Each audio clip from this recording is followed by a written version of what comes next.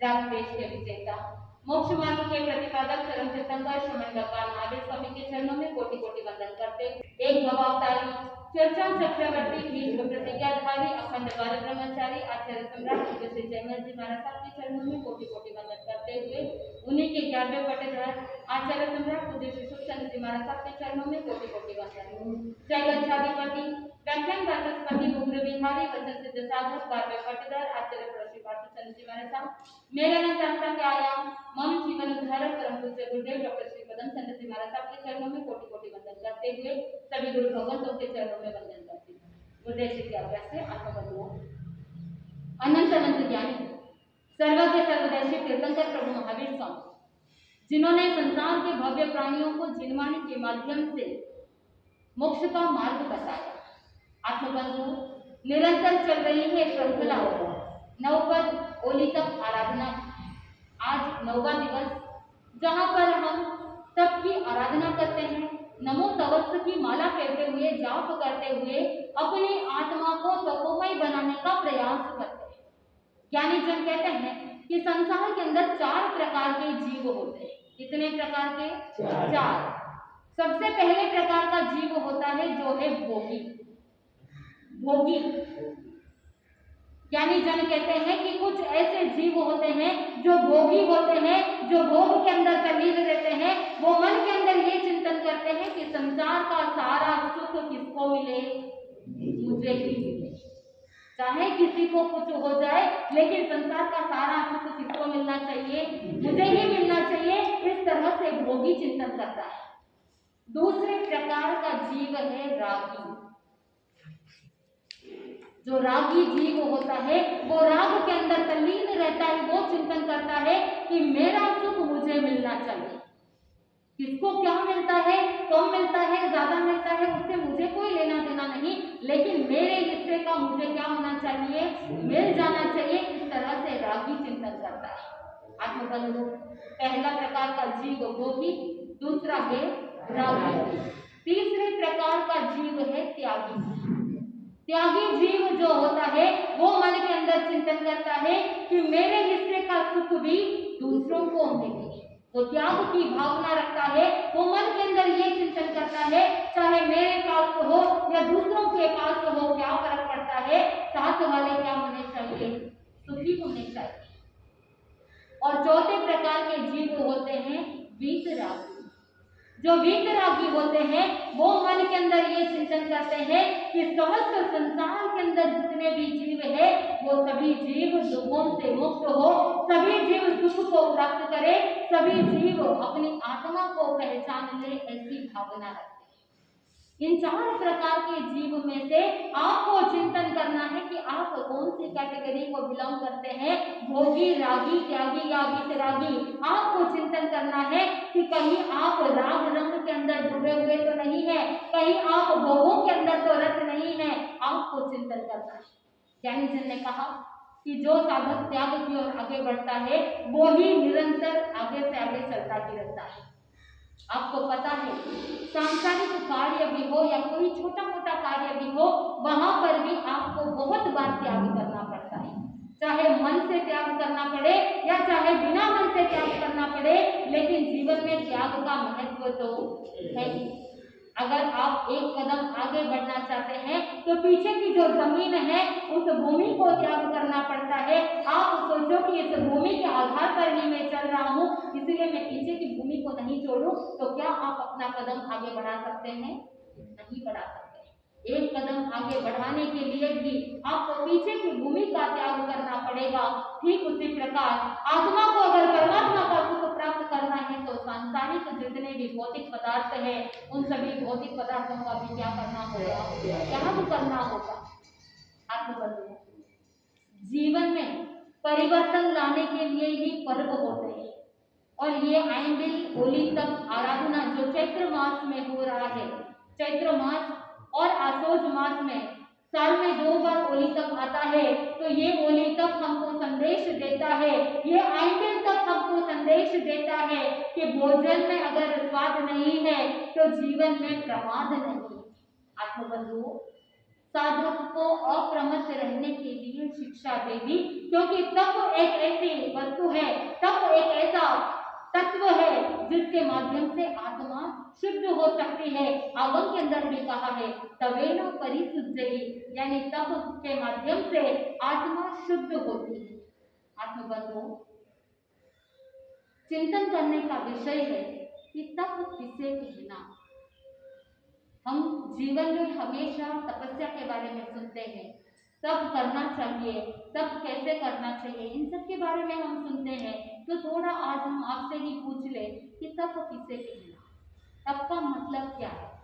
क्या दिन भर भूखे रहना, खाना पानी नहीं यूज करना और टीवी के सामने बैठे रहना, या आप अपने बिजनेस के अंदर तल्लीन रहना, मात्र भूखे रहना तप है क्या? क्या है तपस्या? आपके ही मुंह से सुनना चाहेंगे, क्या है तप?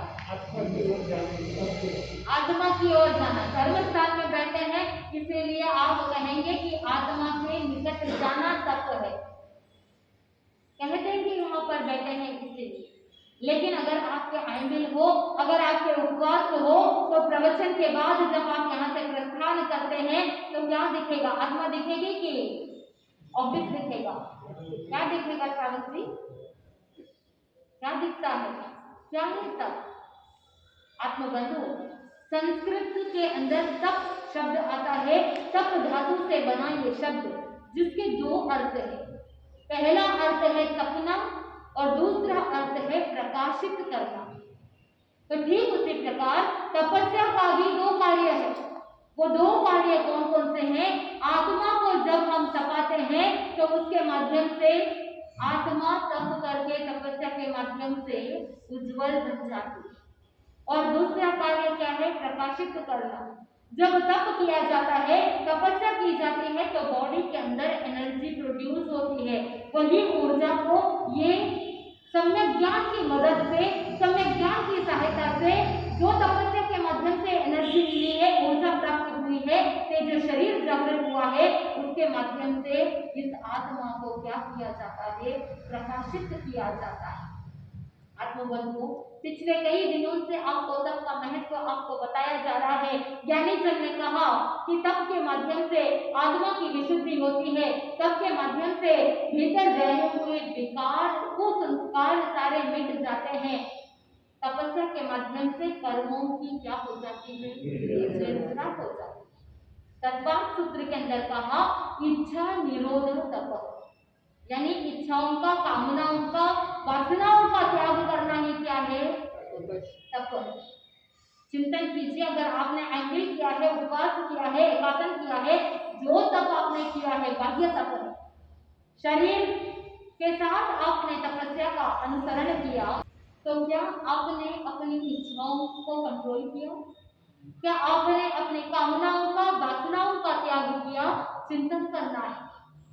ज्ञानी जन ने फरमाया कि तप एक ऐसा साधन है जिसके माध्यम से शरीर और मन, ये दोनों को हम क्या कर सकते हैं? अपने कंट्रोल में ला सकते हैं, क्योंकि अनादिकाल से बाह्य और आभ्यंतर साधनों का संबंध इस आत्मा के साथ है। बाह्य साधन के रूप में शरीर और आभ्यंतर साधन के रूप में मन को दिया गया है। और तपस्या के माध्यम से शरीर स्वस्थ होता है।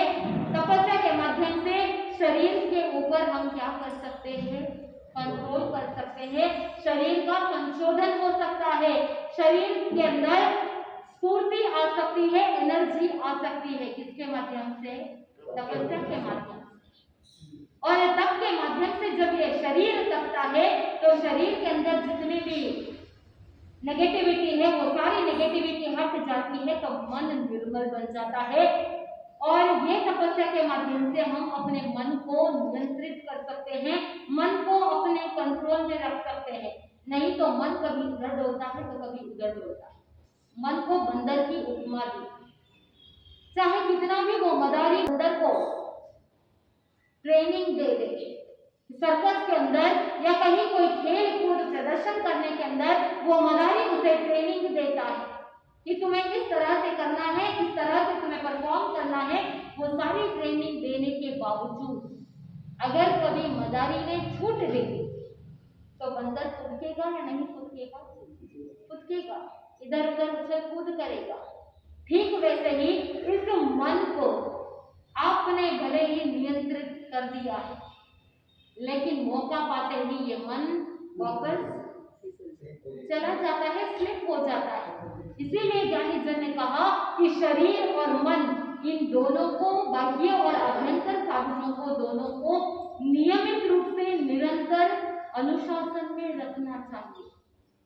अगर कोई कह दे कि मेरा मन तो मेरे कंट्रोल में है, इसलिए अब मुझे साधना करने की जरूरत नहीं, तो क्या कर सकते हैं? नहीं कर सकते, क्योंकि मोह कर्म ऊपर चढ़ करके बोलता है।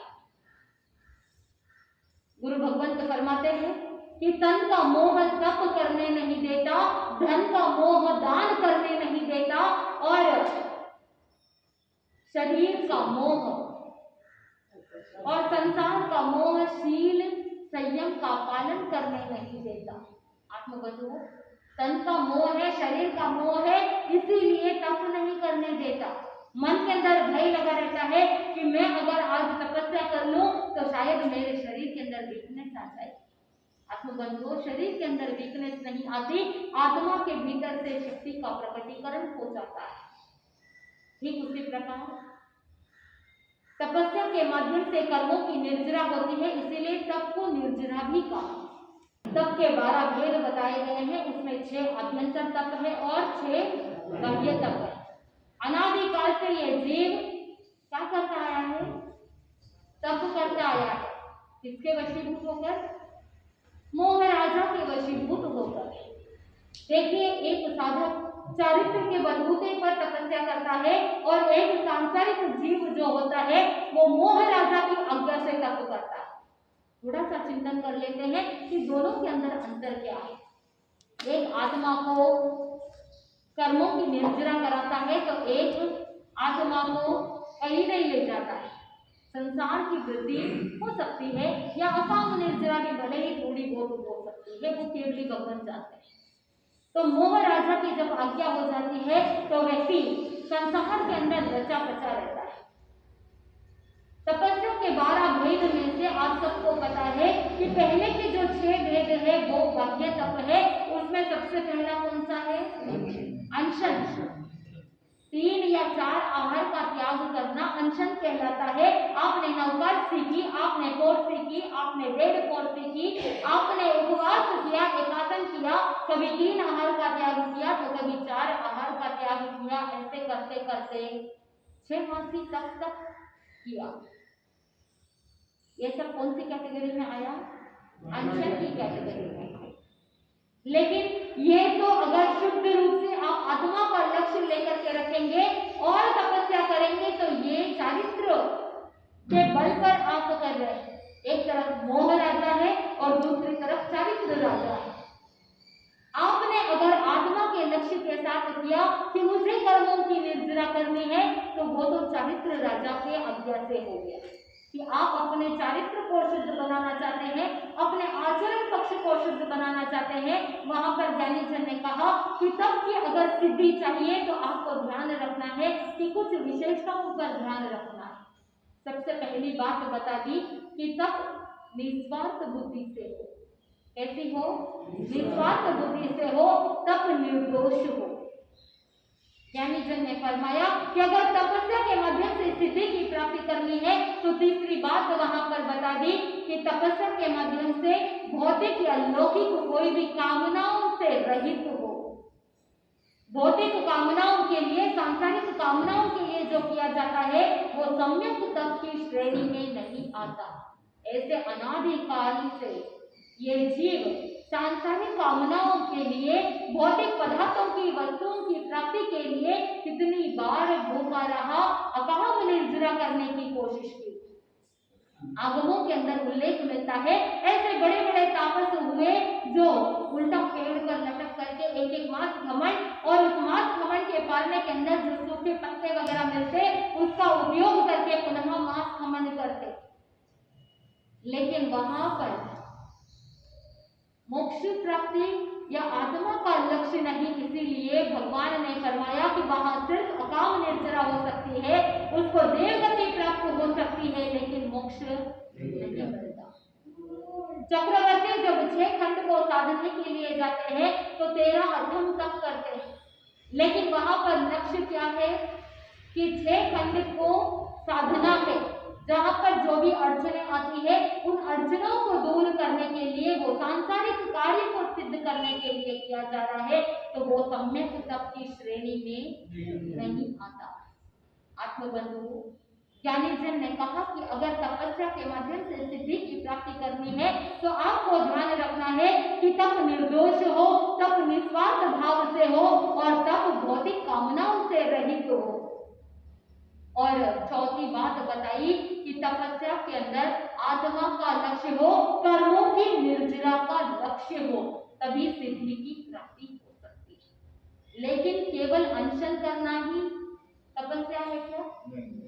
नहीं है, क्योंकि आज करण जी महाराज साहब ने छोटी साधु वंदना के अंदर, लघु साधु वंदना के अंदर कहा, एक एक मुनिवर रचना त्यागी, एक एक ज्ञान भंडार रे प्रभु, एक एक मुनिवर बचिया वैरागी, तेरा गुना नहीं पार रे प्रभु। साधु जी ने वंदना नित नित कीजे, प्रहलाद उनके सुर रे प्रभु। आत्मबंधु आज करण जी महाराज साहब ने उस छोटी साधु वंदना के अंदर कहा कि एक एक मुनिवर रचना त्याग, मोक्ष को प्राप्त करने के लिए सिर्फ अनशन ही तप नहीं है। वहां पर क्या कहा, एक एक मुनिवर रचना त्यागी। कुछ ऐसे मुनिवराज होते हैं, संत होते हैं जो रचना का त्याग करते हैं, रचनेन्द्रिय को कंट्रोल कर लेते हैं, तपस्या कर लेते हैं। और कुछ साधु संत कैसे होते हैं, ज्ञान रा भंडार रे प्राण, यानी जो स्वाध्याय ध्यान आदि के अंदर तल्लीन रहते हैं। और कहा एक एक मुनि वैया वचिया वैरागी, यानी कुछ सेवा भावी रहते हैं जो वैयावृत्ति के माध्यम से अपने कर्मों को क्षय कर लेते हैं। आत्मबंधु मोक्ष मार्ग की ओर आगे बढ़ने के लिए तपस्या साधन है, और उस तपस्या के माध्यम से कर्मों की निर्जरा की जाती है। तो केवल अनशन ही तप नहीं है, अनेक प्रकार के तप है। उनमें से पहले प्रकार का तप आपको बताया अनशन, जो चारित्र राजा की आज्ञा से आप क्या करते हैं, अपने आचरण पक्ष को शुद्ध रखते हुए जैसी तपस्या की विधि है वैसी तपस्या आप कर रहे हैं। नहीं तो अगर मोह राजा की आज्ञा मिल जाती है तो उस मोह के कारण से व्यक्ति किस तरह का अनशन करता है। थोड़ा सा ध्यान दीजिए कि जब कभी किसी व्यक्ति को टाइफाइड हो जाता है और डॉक्टर ने अगर आपको कह दिया कि अमुक अमुक समय तक आपको भूखे रहना है, तो आप क्या करेंगे? रहेंगे कि नहीं रहेंगे? रहेंगे। अगर एक एक महीने तक अगर कोई बीमार है और उसे अगर ड्रिप्स चढ़ रहे हैं, सिर्फ सलाइन जा रहा है लेकिन मुंह से कोई आहार नहीं जा रहा है, तो ये मोह राजा का क्या तप हो गया? अनशन तप हो गया। क्या ऐसा मोह राजा की आज्ञा से होने वाला तप आत्मा को सिद्धि दे सकता है? नहीं दे सकता है। इसीलिए अगर तप करना है तो किसके बलबूते पर करना?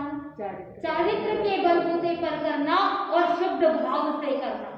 नहीं तो अनादिकाल से मोह राजा के वशीभूत होकर गए।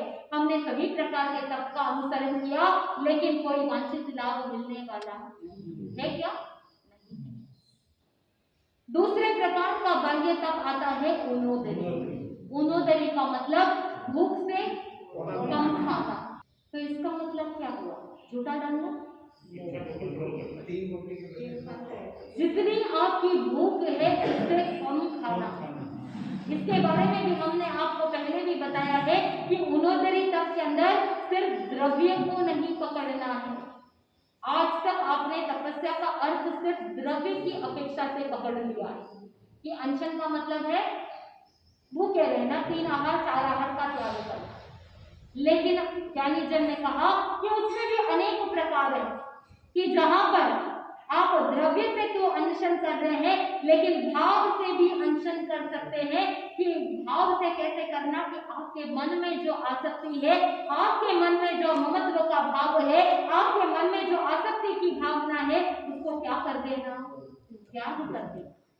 आत्मबंधु दूसरे प्रकार की तपस्या है उनोदरी यानी भूख से कम खाना, ये तो द्रव्य उनोदरी हो गई। भाव उनोदरी, द्रव्य उनोदरी के अंदर भी बहुत सारे अलग अलग प्रकार बताए गए हैं आगमों के अंदर। ज्ञानी जन ने कहा कि अगर आपके पास कोई वस्त्र है, आपके पास मान लो कि 50-100 ड्रेस है, आपने क्या किया, उनोदरी कर ली, यानी आपको जितनी आवश्यकता है उतनी रखी और बाकी चीज सब आपने क्या कर दिया, दान कर दिया। और आपने मन के अंदर चिंतन किया कि इस वर्ष में और नए वस्त्र नहीं खरीदूंगा, अनावश्यक रिसोर्सेस वेस्ट नहीं करो। ये भी क्या है, आज की तारीख में उनोदरी। आपने चिंतन किया कि एक वस्तु से कार्य संपन्न हो सकता है, लेकिन मैं उसके लिए और 2 कार्य क्यों करूं। आपने उसे क्या कर दिया, क्रियाओं को घटा दिया। तो जो क्रियाएं लग रही है उन क्रियाओं को घटा देना भी क्या हो सकता है। और भाव उनोदरी अगर करते हैं तो वहां पर भी आपको क्या करना है, चिंतन करना है कि जहां पर निंदा निकता आदि बातें होती है, कम वचनों से अगर कार्य बनता है तो बहुत ज्यादा बोलने की जरूरत नहीं। क्या ऐसी उनोदरी आप कर सकते हैं तो फिर घर परिवार के अंदर लड़ाई झगड़े होंगे ही, कि जहां पर 2 शब्दों से अगर काम बन पड़ता है तो वहां पर वाक्य युद्ध की आवश्यकता बिल्कुल भी नहीं। चिंतन करने का विषय है कि केवल शब्दों को पकड़ लिया है, उसके गहरे अर्थ को नहीं जाना। अगर गहराई से अगर अर्थ को जान लेते तो आपका घर परिवार, आपका जीवन सब कुछ क्या हो जाता, सुखद बन जाता। तो पहला है अनशन और दूसरा है उनोदरी। मोह राजा के वशीभूत होकर के जीव कैसी उनोदरी करता है कि जब किसी के किडनी के अंदर या गॉल ब्लैडर के अंदर पथरी हो जाती है, स्टोन हो जाता है, तो उस समय डॉक्टर कहता है कि आपको क्या करना है, कम खाना है, क्योंकि ज्यादा खाओगे तो क्या हो सकता है, दर्द हो सकता है, आपको तकलीफ हो सकती है। उस समय वो व्यक्ति भी डॉक्टर को मान लेगा, डॉक्टर के कहने पर वो कम खाना चालू कर देगा। ये मोह राजा के वशीभूत होकर के आप क्या कर रहे हैं, उनोदरी कर रहे हैं। तीसरा तप कौन सा है, भिक्षाचर्या। भिक्षाचर्या जो साधु संत 42 साल करके आहार पानी ग्रहण करते हैं और वहां पर चिंतन किया जाता है कि जिस प्रकार का आहार मिल रहा है थोड़ा थोड़ा, वहां पर ज्ञानी जन ने बताया अनासक्त होकर के आहार का उपयोग करना। ज्ञानी जन ने यह भी बताया कि जब भिक्षाचर्या की ओर जाते हैं, आहार लेकर के आते हैं, लाने के बाद ना देने वाले दाता की प्रशंसा करना और ना ही भोजन के टेस्ट लेकर के भोजन की प्रशंसा करते हुए भोजन करना, ये भिक्षाचर्या को नहीं होगा। तो ये अगर आपके जीवन के लिए अगर कंपेयर किया जाए तो आपके थाली के अंदर जो भोजन आता है उसे क्या करना चाहिए, संभाव पूर्वक जो आया है, जैसा आया है उसे संभाव पूर्वक उपयोग में ले लें। मन के अंदर केवल यही चिंतन कि शरीर को चलाने के लिए ये भोजन का उपयोग करना पड़ रहा है, ये भोजन पौष्टिक हो वो ही भोजन करना है। क्योंकि चौथे प्रकार का जो तप है वो क्या है, रस परित्याग। इसके बारे में भी मैंने कुछ दिन पहले बहुत डिटेल से बताया था कि रस परित्याग का मतलब होता है कि जिसमें रस आता है उसका क्या कर देना है, त्याग कर देना है। जिसमें आसक्ति आती है, आपकी कोई फेवरेट खाने की आइटम है, ज्ञानी जन कहते हैं कि हर त्याग के पीछे या तो राग की भावना होती है या द्वेष की भावना होती है। इससे नहीं की अपेक्षा से चिंतन करें तो राग या द्वेष दोनों का बैकग्राउंड त्याग के पीछे रहता है। राग भाव कैसे कि आपकी कोई फेवरेट वस्तु है इसीलिए आप उसका क्या कर रहे हैं, त्याग कर रहे हैं। कभी किसी को कोई पदार्थ अच्छी नहीं लगती, लेकिन मान लो कि अगर आपको रसगुल्ला पसंद नहीं है, बहुत ऐसे कम लोग मिलेंगे जिनको रसगुल्ला पसंद नहीं, मान लेते हैं कि किसी को रसगुल्ला पसंद नहीं, लेकिन अगर कभी किसी के घर जाते हैं, किसी के मेहमान नवाजी होती है तो उस समय जबरदस्ती खाना पड़ता है, तो उसको अवॉइड करने के लिए क्या करेंगे, पचकान कर लेंगे, बाधा कर देंगे, कह देंगे कि मुझे तो ये चीज भाती नहीं है इसलिए मुझे क्या करवा दो, त्याग करवा दो। तो पीछे कौन सी भावना जुड़ी हुई है? द्वेष की भावना। आत्मबंधु, कहीं राग जुड़ा हुआ रहेगा तो कहीं द्वेष भाव जुड़ा हुआ है। लेकिन ज्ञानी जन ने कहा कि सच्चा त्याग तो वो है कि जहां पर आप भोग उपभोग करने में समर्थ है। अगर किसी व्यक्ति को डायबिटीज की बीमारी है और अगर डॉक्टर ने मिठाई खाना मना किया है और उसके बाद अगर आप वादा ले लेते हैं कि मुझे वैसे भी मिठाई खानी नहीं है इसीलिए मैं त्याग कर रहा हूँ, त्याग तो हो रहा है लेकिन सच्चा त्याग हो रहा है क्या? नहीं हो रहा है। भगवान ने कहा कि सच्चा त्याग हो कि जहां पर उसे भोग उपभोग करने का सामर्थ्य है, लेकिन फिर भी सामर्थ्य होने के बावजूद वो क्या कर रहा है? उसे त्याग कर रहा है। किसी के पास सोने की थाली नहीं है लेकिन गुरु भगवंतों के पास जाकर के हाथ जोड़ करके कह देता है कि गुरुदेव मुझे नियम दिला दीजिए, सोने की थाली में भोजन करने का त्याग करवा दीजिए। भाई सबसे पहले तो ये चिंतन करना है कि खुद के पास सोने की थाली है या नहीं। ये किस तरह का त्याग हुआ? आपके पास सामर्थ्य है, आप सामग्री का उपभोग कर सकते हैं, भोग कर सकते हैं, लेकिन फिर भी आपने उसके ऊपर जो अटैचमेंट था उस अटैचमेंट का त्याग कर दिया, वो सच्चा त्याग कहलाता है। आत्मबंधु, रस परित्याग मोह राजा के वशीभूत होकर के आप भी करते हैं कि जब शरीर के अंदर बीमारी आ जाती है, डॉक्टर कहता है कि भाई तुमको तो जंक फूड नहीं खाना है, बार बार अगर आपके पेट में अजीर्ण हो रहा है, पुअर डाइजेशन है, डाइजेशन बराबर होता नहीं, बार बार पेट दुखना आ जाता है, तो डॉक्टर ने कहा कि तुमको जंक फूड फास्ट फूड नहीं खाना है, डीप फ्राइड भी नहीं खाना है, तले पले नहीं खाना है, तुमको ध्यान रखना है कि तुम घी तेल आदि क्या करो, कम उपयोग करो। क्या करेंगे आप? क्या करेंगे? वैसे तो अगर एक दिन आईएमए करने के लिए कहते हैं तो नहीं होता है, लेकिन अगर डॉक्टर ने कह दिया कि ब्लड प्रेशर की बीमारी है, नमक कम खाना, नहीं तो मुझे नहीं पता ब्लड प्रेशर अगर शूट अप हो गया और ब्रेन स्ट्रोक हो गया तो फिर मुझे मत कहना, आप क्या करेंगे? कम खा लेंगे, नमक छोड़ देंगे। लेकिन अगर भोजन में एक दिन नमक नहीं आया, नमक कम हो गया तो तिल मिलाएंगे, ट्राई करेंगे। वो मोह राजा के वशीभूत होकर के आप रस परित्याग कर रहे हैं, लेकिन वो वांछित लाभ देने वाला नहीं। सच्चा रस परित्याग तो वो होता है कि जहां पर आपको रस आ रहा है, चाहे भोजन में या चाहे भजन में या बातों में, क्योंकि रसनेंद्रिय के दो काम है, भोजन करना और बोलना। दोनों में अगर रस आ रहा है तो वो रस परित्याग नहीं हुआ। रस परित्याग का मतलब है रसनेंद्रियों को कंट्रोल करना। कथा साहित्य के अंदर उल्लेख मिलता है कि एक मुनिराज थे। मुनिराज बहुत ही अच्छे संयम पालक थे, संयम का खूब अच्छे से पालन कर रहे थे, लेकिन उनकी एक कमजोरी थी और उस कमजोरी का नाम है घेवर। घेवर को देखते तो उनके मन में बड़ी प्रबल इच्छा हो जाती, क्योंकि घेवर उनका फेवरेट मिठाई थी। 42 दोष टाल करके भी वो अगर गवेषणा करके घेवर जहां कहीं भी उपलब्ध होता तो वो सभी दोषों को टाल करके भी घेवर की गवेषणा करके लेकर के आ जाते। सारी चीजें छोड़ दी, लेकिन घेवर के प्रति जो आसक्ति थी वो नहीं छूटी। संयमी जीवन चल रहा था। एक बार हुआ ऐसा कि नगर के जो संघपति थे, संघपति के घर में पुत्र का विवाह था, पुत्र की शादी की तैयारियां चल रही थी और मुनिराज ने किसी लोगों को बोलते हुए सुना था कि संघपति जी के वहां पर कल भोज है और उस भोज में विशेष पुत्र के विवाह के उपलक्ष्य में घेवर बनाए जा रहे हैं, सभी को कल घेवर परोसे। बात सुन ली। बात सुनने के बाद संध्या का काल था, सोचा कि कल सुबह प्रातःकाल जैसे ही नौकासी आएगी मैं अपने झोली में पात्रे डाल करके जाऊंगा और गवेषणा करके क्या लाऊंगा? घेवर। मन में तय कर लिया और रात्रि के समय में शयन की ओर आगे बढ़ गए।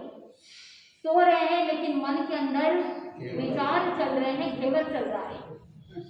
पूर्णिमा की रात्रि थी और उस पूर्णिमा की रात्रि के समय में पता नहीं चला, चांदनी रात थी, इतना प्रकाश था, अचानक से चमक करके उठ गए। इतनी रोशनी थी कि उनको लगा कि सुबह हो गई, हक्के बक्के हो गए और विचार करने लगे कहीं नौकरसी तो नहीं आ गई, कहीं सभी लोग भोजन करना प्रारंभ तो नहीं कर दिया, कहीं घेवर खत्म तो नहीं होता। उठाई झोली, पात्रे डाले और रवाना हुए। उस जमाने में घड़ी नहीं होती थी। सूर्य दिन में और रात्रि के समय में चंद्रमा को देख करके, तारा को देख करके पता लगा लेते थे कि समय क्या हो रहा है, क्योंकि उस समय चांदनी की रात थी और उस चांदनी की रात में पता नहीं चला। चलते बने संगपति जी ने देखा कुछ लोग वहां पर, शादी का माहौल था तो बहुत ज्यादा व्यस्त चल रहे थे, कुछ लोग जा करके काम कर रहे हैं, कुछ लोग अभी भी सो रहे थे। संगपति जी तो व्यवस्था में लगे हुए थे, इसीलिए वो तो जाग रहे थे, सोने का तो सवाल पैदा भी नहीं होता। अगर आपके घर में शादी है तो क्या आप रात्रि के समय में सोएंगे? आप व्यवस्था में लग जाएंगे, निद्रा तो दूर की बात है। संगपति जी भी व्यवस्था में लगे हुए। इधर जैसे ही संगपति जी की नजर पड़ी मुनिराज के ऊपर, क्योंकि घेवर के प्रति आसक्ति थी तो लोग भी धीरे धीरे उनको घेवरिया मुनि कहने लग गए। ओरिजिनल नाम तो लोग भूल ही गए। अब वो घेवर मुनि जी जैसे ही आए और संगपति जी ने देखा, संगपति भी सोचने लगे कि क्या बात है, अभी तक सूर्य उदय नहीं हुआ है और मुनिराज गोचरी के लिए पात्र लेकर के आ गए, क्या बात है।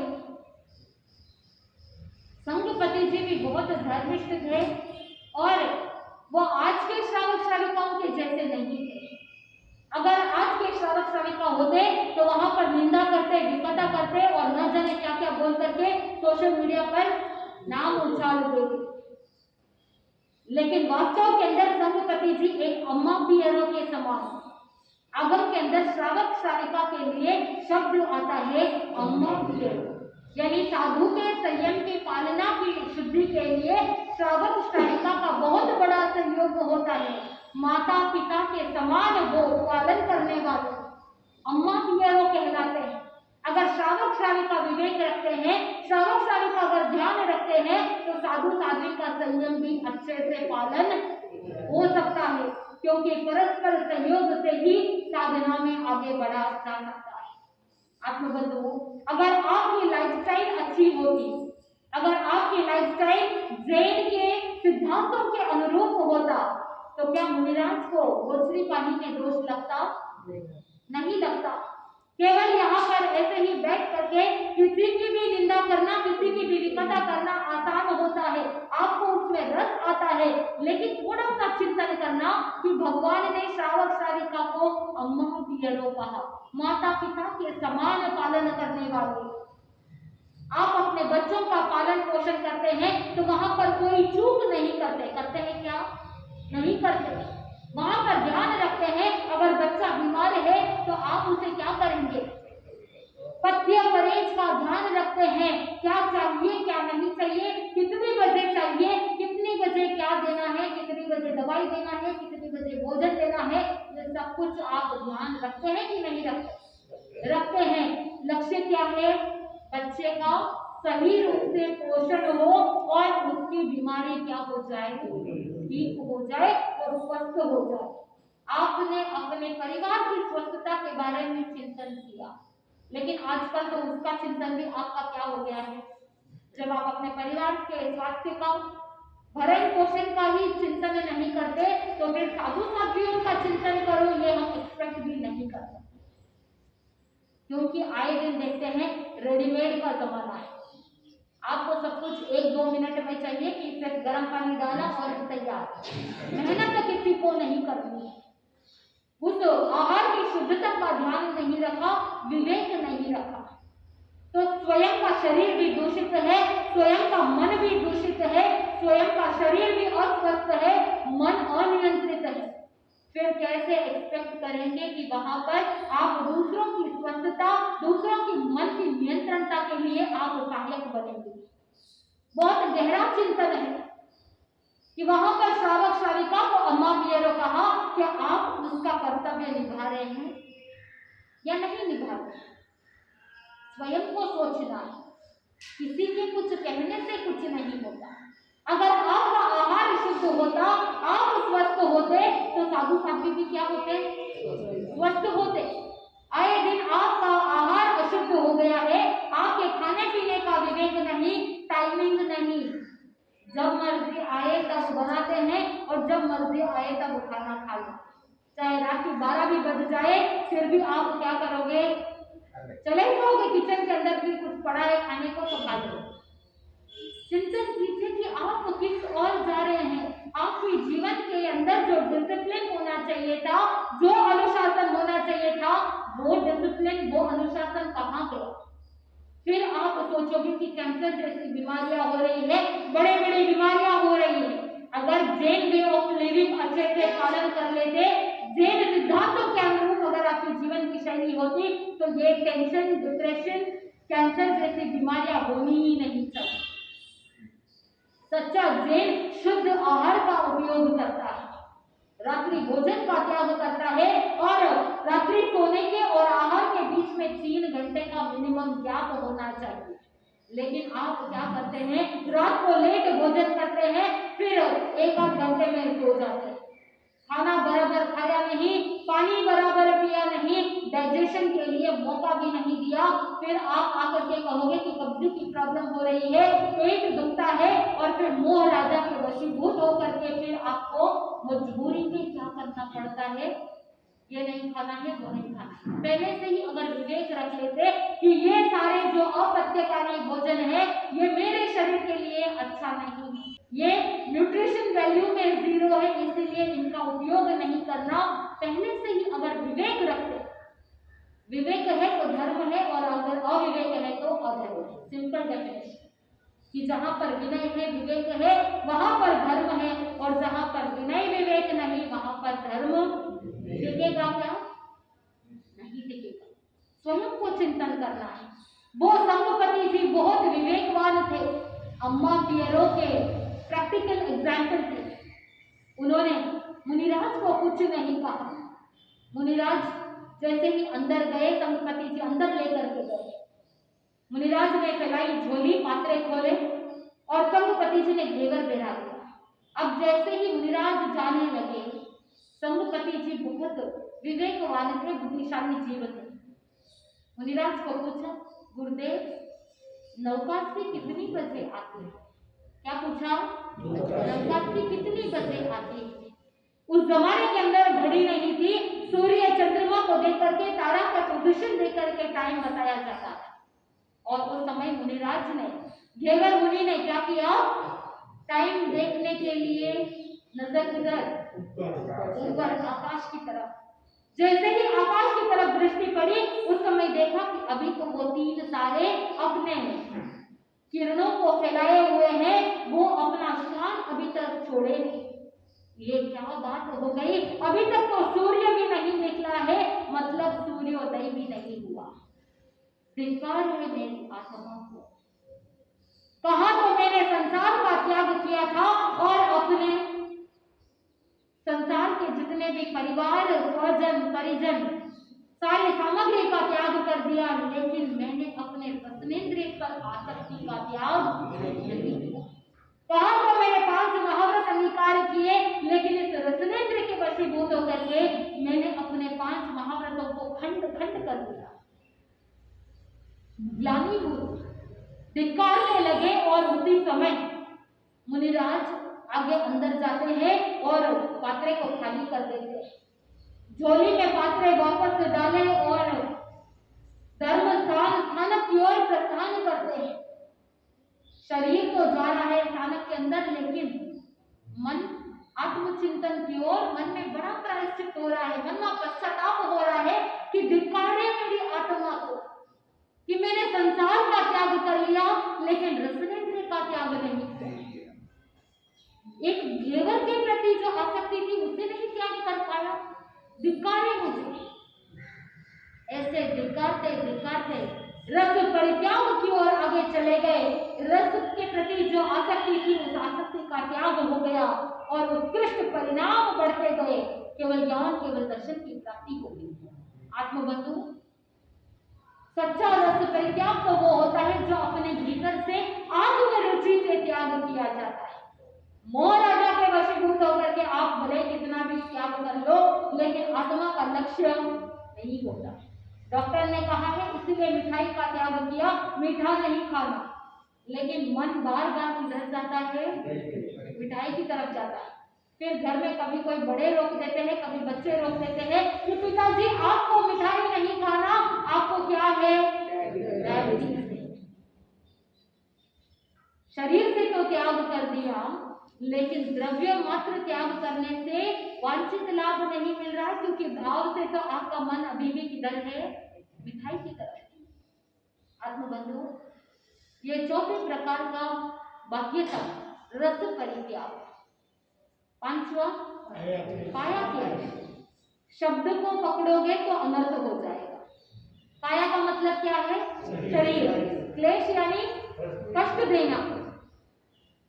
इसका मतलब क्या है? जानबूझ करके किसी दरवाजे के पास उंगली डाल देना, या किसी वस्तु के नीचे पांव रख देना, क्या है काय क्लेश? अगर मात्र शब्दों को पकड़ लेंगे तो अनर्थ हो जाएगा। ज्ञानी जन ने कहा कि ऐसी धर्म क्रियाएं करना जिसके माध्यम से सहज में शरीर को कष्ट हो रहा है, लेकिन उस कष्ट से आत्मा की शुद्धि हो रही है, वो है काय क्लेश। उदाहरण के लिए केश लुंचन किया, कौन सा था? काय क्लेश, जिससे आत्मा की शुद्धि हो रही है। मन के अंदर ये चिंतन कि शरीर के प्रति जो आसक्ति है, उस आसक्ति भाव का मैं क्या कर रहा हूँ? त्याग कर रहा हूँ।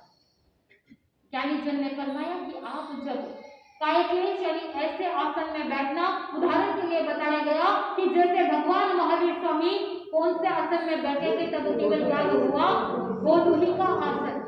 ऐसा आसन जो शरीर के लिए कष्टदायी हो, लेकिन आत्मा को अप्रमत्त रखता है, आत्मा की शुद्धि हो, आत्मा के साथ जो नेगेटिविटी है उस नेगेटिव एनर्जी को दूर करने के लिए जो कष्ट हो रहा है उसे क्या कहा? काया। लेकिन मोह राजा के वशीभूत होकर के आप काय क्लेश करते हैं।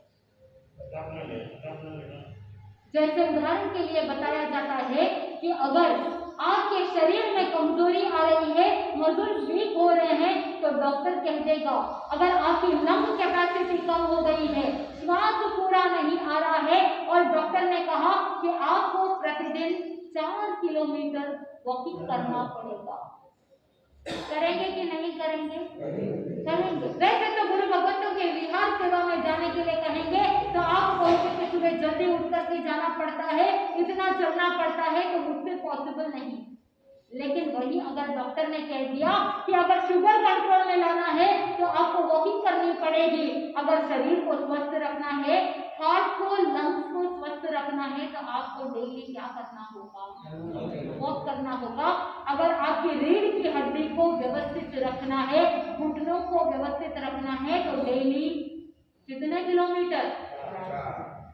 4 किलोमीटर। करेंगे कि नहीं करेंगे? बोल तो दीजिए।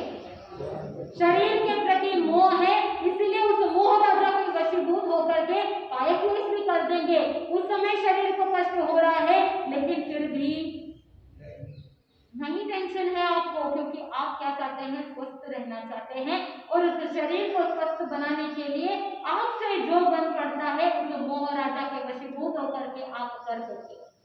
आत्मबंधुओं, चिंतन कीजिए कि जहां पर आपकी आत्मा का लक्ष्य था, अगर डेली काय क्लेश तप करते तो अलग से कुछ करने की जरूरत नहीं होती। उभयकाल डेली 2 टाइम प्रतिक्रमण अगर करते, उसमें 27 बार विधियुक्त वंदना की जाती है, उसमें अनेक प्रकार के आसन सहज में हो जाते हैं। जब आप भाव वंदना करते हैं तो वज्रासन का अभ्यास हो जाता है। और अगर चौथे आवश्यक के अंदर पहले आप देखो, जब स्थूल बोलते हैं तो लेफ्ट घुटना ऊपर रहता है, वो भी एक आसन है। और जब श्रावक सूत्र पढ़ते हैं उस समय राइट घुटना ऊपर रहता है, तभी भी एक आसन हो रहा है। इच्छा में खवास हम लोग दे रहे हैं तो वहां पर एक और आसन हो रहा है। कायक्लेश सहज में हो रहा है, जिसके माध्यम से आप अप्रमत्त रह सको। अगर विधि सहित प्रतिक्रमण करते, विधि सहित अगर वंदना करते, तो शरीर को पंचांग नमा करके नमस्कार करते, तो कितना सारा अपने आप कायक्लेश हो जाता। जब करना चाहिए तब नहीं करते, फिर बाद में मजबूरी में करना पड़ता है। चिंतन कीजिए कि अगर सम्यक तत्व को समझ जाते तो ये सारी प्रॉब्लम्स नहीं होती। आगे कौन सा तत्व? प्रतिसलीनता। प्रति का मतलब है अंदर, लीनता यानी तल्लीन होना, अपनी आत्मा के भीतर तल्लीन होना। यानी आज दिन तक ये जीवात्मा पर भाव में बाहर रमण कर रहा था, उसे पुनः अपने आत्मा में स्वभाव में लौटाना क्या कहलाता है? प्रतिसलीनता। मोहराजा के वशीभूत होकर के आप प्रतिसलीनता करते हैं। क्या करते हैं? कैसे करते हैं? मोहराजा के वशीभूत होकर के आप जब व्यापार आदि करते हैं तो आपका पूरा ध्यान किधर रहता है? ये मेरा पति, ये मेरी पत्नी, ये मेरे माता पिता, सारा ध्यान किसमें? इन सभी रिलेशंस के अंदर। आप तल्लीन तो है लेकिन अपने भीतर नहीं, संसार में तल्लीन है। ये मोहराजा के वशीभूत होकर के ये प्रतिसलीनता। आत्मबंधुओं, ये तो बात हो गई बाह्य तत्व। अब थोड़ा आगे चलते हैं। बाह्य तत्व साधक को अभ्यंतर तत्व की ओर ले जाता है। लक्ष्य है मोक्ष की साधना करना, लक्ष्य है कर्मों को क्षय करना, तो ये बाह्य तत्व मात्र साधन है। कहाँ तक पहुंचने के लिए? अभ्यंतर तत्व की ओर जाने के लिए। बाह्य तत्व साधन है अंदर तक जाने के लिए। तो अभ्यंतर तत्व की ओर आगे बढ़ने के लिए बाह्य तत्व इनिशियल स्टेज है। साधना शुरुआत होती है बाह्य तत्व से और एंड होती है अभ्यंतर तत्व से। तो अभ्यंतर तत्व में पहला आता है प्रायश्चित। जो त्याग व्रत प्रत्याख्यान ग्रहण किए हैं उसमें अगर कोई दोष लगा है तो गुरु के समक्ष सरल बन करके आलोचना करना, निंदना करना, प्रतिक्रमण करना, प्रायश्चित करना, पश्चाताप करना, ये पहला अभ्यंतर तत्व प्रायश्चित है। आत्मबंधु, महाभारत के अंदर एक प्रसंग आता है। एक बार जब द्रौपदी, जो पांचाली कही जाती है, पांडवों की पत्नी है, कर्ण को देखा तो कर्ण को देख करके मन के अंदर भाव जागृत हो गए। उसके रूप सौंदर्य को निहारने लगी और सोचने लगी, अगर ये 36 पांडव होते तो आज ये मेरे पति के रूप में होते। द्रौपदी जो शीलवंती थी, सती थी, मन के अंदर भाव आ गए। इधर श्री कृष्ण ने अपने योग बल के माध्यम से जाना कि द्रौपदी के मन में क्या आ गया है, इस तरह की भावना आ गई है। अब प्रायश्चित होना चाहिए, मन के अंदर ग्लानि होनी चाहिए, पश्चाताप होना चाहिए। उसके लिए उन्होंने एक युक्ति निकाली। पांडव और द्रौपदी को श्री कृष्ण घूमने के बहाने से तपोभूमि में लेकर के गए। सघन आम्रवन, जहां पर आम के बहुत सारे पेड़ है, श्री कृष्ण ने कह दिया कि इस आम्रवन का एक नियम है कि यहाँ पर एक भी पत्ते, एक भी फूल, एक भी फल तोड़ना नहीं। यहाँ पर संपूर्ण रूप से निषेध है, ये नहीं करना है, एक भी आम नहीं तोड़ना है, पहले से ही बोल दिया। लेकिन ज्ञानी जन कहते हैं कि जहाँ पर निषेध होता है वहां पर निमंत्रण होता है। आपने बच्चे को कहा कि बेटा उधर नहीं जाना, तो बच्चा क्या करेगा? उधर ही जाएगा, क्योंकि जहां पर निषेध है वहां पर निमंत्रण है।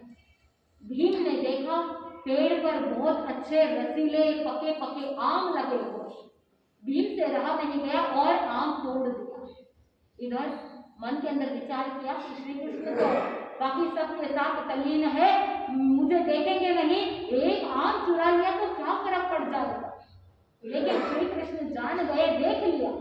भीम को कहा कि भीम, तुमने आम चुराया है, आम को तोड़ा है, ये अच्छी बात नहीं।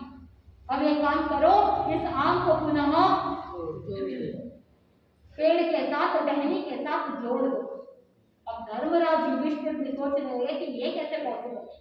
भीम भी कहने लगा, धर्मराज युधिष्ठिर भी कहने लगे कि आम को तो पेड़ से वृक्ष से अलग कर दिया, अब इसे कैसे जुड़ाया जा सकता है। श्री कृष्ण को कहा कि कृष्ण ये पॉसिबल नहीं, ये संभव नहीं। उस समय श्री कृष्ण कहते हैं कि धर्मराज, आध्यात्मिक ऊर्जा के माध्यम से हर असंभव कार्य संभव हो सकता है। आप अपनी आध्यात्मिक ऊर्जा से इस आंख को क्या कर दो, वापस जोड़ दो, टहनी के साथ जोड़ देना है। धर्मराज युधिष्ठिर कहने लगे कि ये तो आध्यात्मिक ऊर्जा तो संत सन्यासी महात्मा के पास होती है, हम जैसों के पास ऐसी ऊर्जा का। उस समय श्री कृष्ण कहते हैं कि ये तो सारी श्री कृष्ण वासुदेव की युक्ति थी, इसके लिए द्रौपदी के मन में जो भाव आ गया उसका प्रायश्चित करवाने के लिए श्री कृष्ण कहने लगे कि हर एक जीवात्मा में अनंत शक्ति है, अनंत सामर्थ्य है। हर एक जीव के अंदर वो प्रभुता, वो दिव्यता रहती है। अपनी एनर्जी को जागृत कीजिए।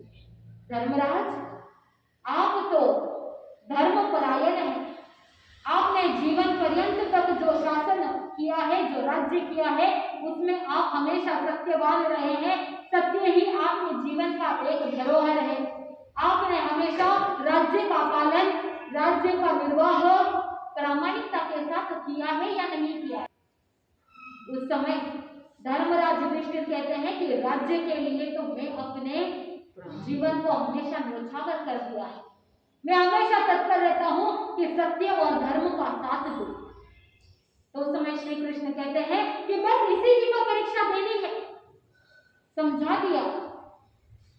उस समय धर्मराज युधिष्ठिर कहते हैं कि हे आम्रफल, मैंने अपने जीवन में कभी असत्य का, अप्रामाणिकता का कभी कोई साथ दिया हो, नहीं दिया हो, तो हे आम्रफल, आप ऊपर चढ़ करके क्या करो, इस टहनी के साथ जुड़ जाओ। जैसे ही ये बात कही, अपने सत्य और धर्म की परीक्षा दे रहे थे और उसी समय वो आम जमीन से ऊपर उठने लगा। जैसे ही जमीन से ऊपर उठने लगा, थोड़ा सा ऊपर उठा, श्री कृष्ण अपने योग बल से उसे रोक देते।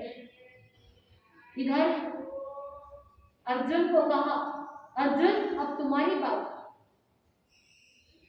अर्जुन को सारी बात बता दी और अर्जुन उस समय कहता है कि हे आम्रफल, अगर अपने जीवन में कभी अपने गांडीव से, कभी अप्रामाणिकता से, अनीति पूर्वक कभी कोई बाण नहीं चलाया हो, किसी स्त्री पर या किसी निरपराधी पर अगर मैंने कभी बाण नहीं चलाया है, तो हे आम्रफल, आप ऊपर उठ करके कहीं से जुड़ जाओ।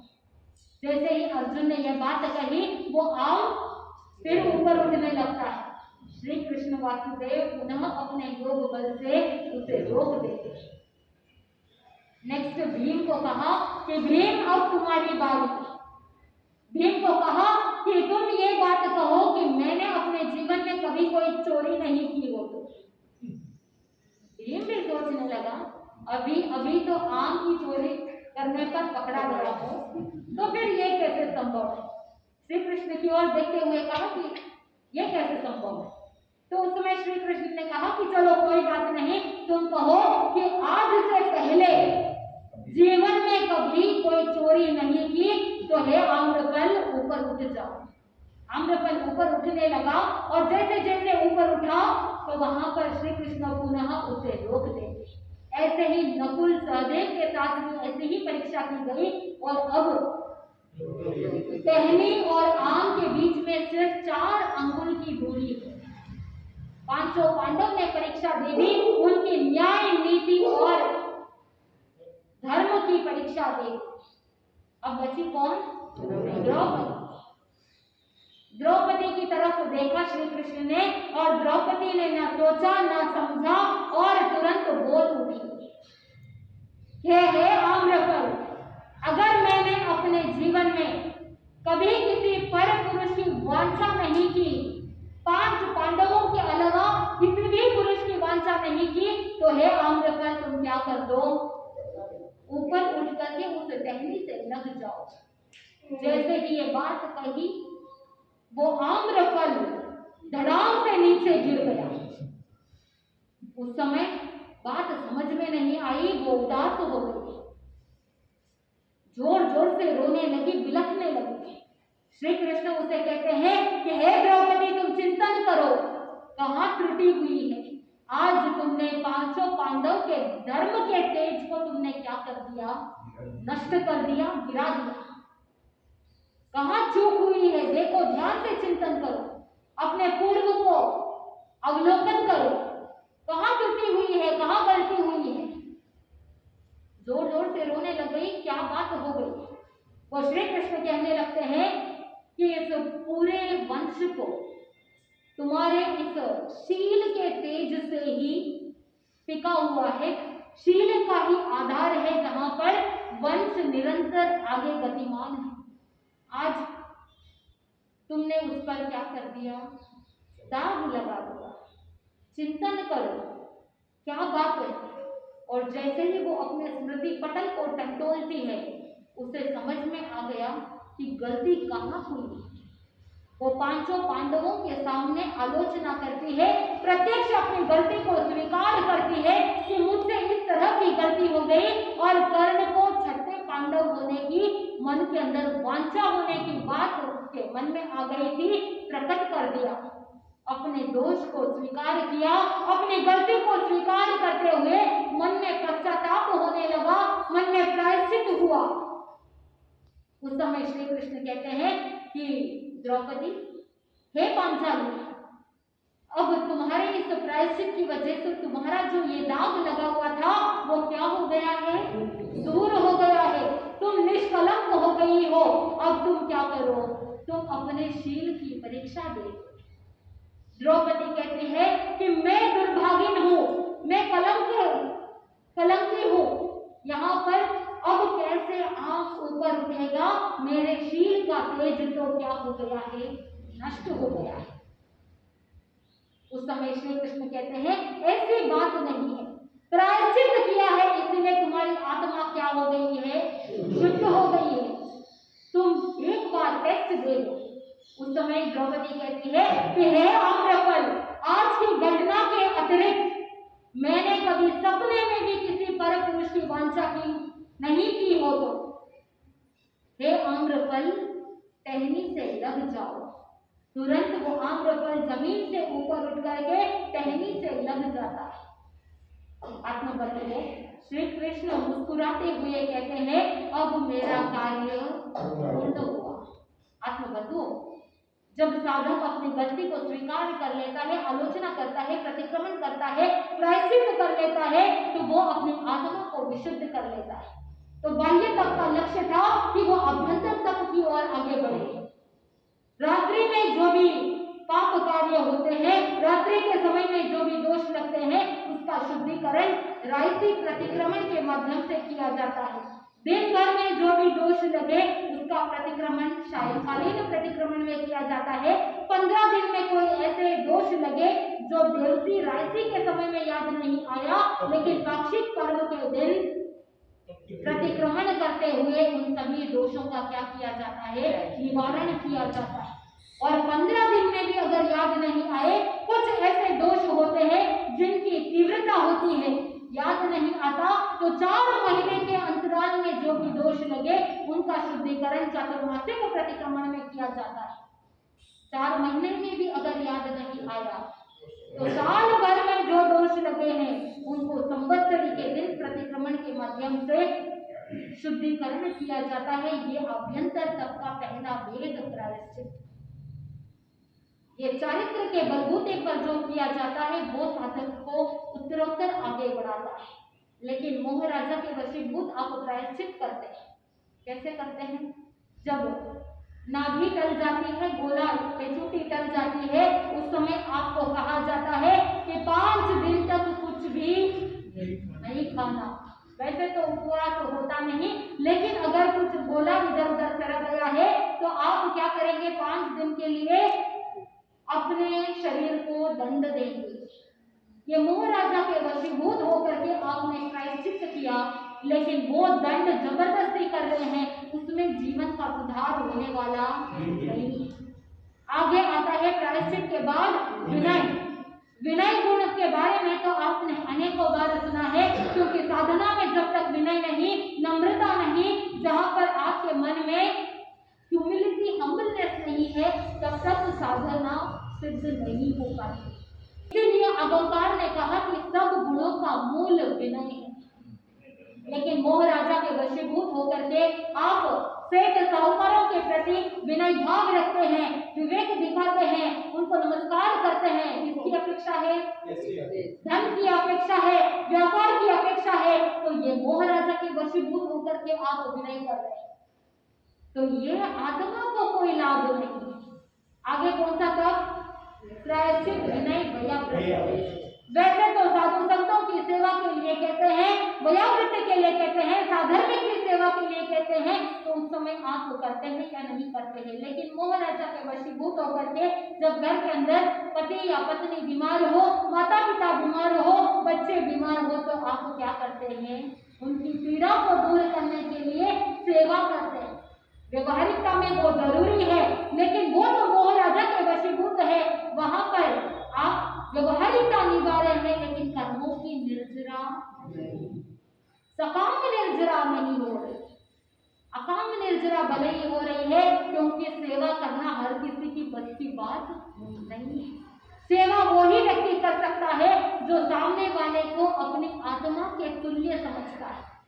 आत्मतुल्य समझता है कि जैसे मैं सुख चाहता हूँ, वैसे ही सामने वाला भी सुख चाहता है। जैसे मुझे दुख या पीड़ा पसंद नहीं, वैसे ही सामने वाला भी दुख पीड़ा पसंद नहीं करता। ये अहोभाव जब जागृत होता है, तभी सेवा कर सकते हैं। तो माता पिता की सेवा करना भी गृहस्थ का परम लक्ष्य है, और साथ में कहा जाता है ड्यूटी, रिस्पॉन्सिबिलिटी। आपका कर्तव्य है कि आप जहां पर है, वहां पर आप अपने सारे कर्तव्यों को निभाएं। और जिस समय इन सभी ऋणों से उन्मुक्त होना है, हर एक उपकार से मुक्त होना है, तो क्या करना है? जिन शासन की सेवा में आगे बढ़ जाना है। वो ही परम सेवा है कि आप प्रभु की आज्ञा का पालन करते हैं। प्रायश्चित, विनय, वयावृत्ति, उसके बाद स्वाध्याय। स्वाध्याय तो करना चाहिए, स्व का अध्ययन करना चाहिए, और आत्मा की ओर आगे बढ़ने के लिए आपने कभी प्रार्थना कर ली, जीवन श्रवण कर लिया, और ग्रंथों का, अगमों का स्वाध्याय कर लिया, पढ़ लिया, तो वो आत्मा को कर्मों से मुक्त कर सकता है। लेकिन सांसारिक अवस्था में रहते हुए आप दिन प्रतिदिन एक जाप रटाए रखते हैं, ये मेरा पुत्र है, ये मेरा पैसा है, ये मेरा बंगला है, ये मेरी गाड़ी है, और इसी का जाप रटते रहते हैं। ये मोह राजा का स्वाध्याय। क्या ये जीवन को आगे बढ़ाएगा? नहीं बढ़ा सकता। स्वाध्याय के बाद क्या है? ध्यान। बहुत मुश्किल होता है कि जब कोई व्यक्ति ध्यान के अंदर तल्लीन होता है, लेकिन मोह राजा के वशीभूत होकर के आपका सांसारिक पदार्थों में ध्यान लगा रहता है, पदार्थों में ध्यान लगा रहता है, वो मोह जोर मारता है। और अंतिम है व्युत्सर्ग। व्युत्सर्ग का मतलब है शरीर के प्रति जो अटैचमेंट है, ममत्व भाव है, उसे कट कर देना, उसका कनेक्शन कट करने का नाम है व्युत्सर्ग। हर एक साधक का लक्ष्य होना चाहिए कि अंतिम समय में संलेखना संधारा करूं, व्युत्सर्ग की साधना करूं, शरीर के प्रति जो ममत्व का भाव है उसे त्याग कर दूं। आप क्या करते हैं? आप भी अपने जीवन में मोह राजा के वशीभूत होकर के व्युत्सर्ग करते हैं, कायोत्सर्ग करते हैं। कब करते हैं? कि जब ऑफिस के अंदर सीजन का टाइम हो, उस समय कस्टमर्स को अटेंड करते करते 2 घंटे 4 घंटे कितने घंटे व्यतीत हो जाते हैं, और आप पैर पे खड़े रहते हैं। उस समय आपको ना तो पैर याद आते हैं, ना ही भोजन याद आता है, ना ही कोई बात याद आती है। आपका पूरा किस तरफ है? ध्यान व्यापार पर है, कस्टमर्स को अटेंड करना है। उस समय आप अपने शरीर के प्रति जो अटैचमेंट है उस अटैचमेंट को त्याग कर देते हैं। ये मोह राजा के करण से आप ये 12 प्रकार के तप का अनुसरण करते हैं। लेकिन ज्ञानी जन ने कहा कि मोह के वशीभूत होकर के जो आप करते हैं वो आत्मा को कोई लाभ नहीं देने वाला। भौतिक लाभ भले ही हो जाए लेकिन आध्यात्मिक लाभ मिलने वाला नहीं है। इसीलिए ज्ञानी जन ने कहा अगर आध्यात्मिक लाभ की प्राप्ति करनी है, परम सिद्धि की प्राप्ति करनी है तो आत्मा को चारित्र के साथ, ज्ञान दर्शन चारित्र के साथ तपोमय जीवन अगर बनाएंगे, तब अगर सम्यक तप होगा तभी आत्मा को शीघ्र मोक्ष मंजिल की प्राप्ति हो सकती है। तो आप नवपद की उत्कृष्ट आराधना करते हुए, आज तप की आराधना करते हुए मन के अंदर चिंतन करें कि मेरे अगर तपस्या करने के अंदर कोई बाधा है, उस अंतराय को तोड़ने के लिए एक उपाय बताया जाता है कि जो अंतगढ़ सूत्र का 8वां वर्ग है, जहाँ पर श्रेणिक राजा की 10 रानियों का वर्णन आता है, काली, सुकाली, महाकाली आदि, जिन्होंने अपने जीवन में उत्कृष्ट तपस्या करके अपनी आत्मा को मोक्ष मंजिल तक पहुंचाया। अगर उस 8वें वर्ग का निरंतर स्वाध्याय करते हैं तो तपस्या में जो बाधा आ रही है, तपस्या में जो अंतराय आ रही है, जो अड़चने आ रही है, उन सभी अड़चनों से हम क्या हो सकते हैं, मुक्त हो सकते हैं। और जैसे जैसे अंतराय टूटेगी, आप अपने जीवन में सम्यक पुरुषार्थ करेंगे तो परम आनंद की प्राप्ति होगी। आनंद ही आनंद बोले श्री जैन धर्म।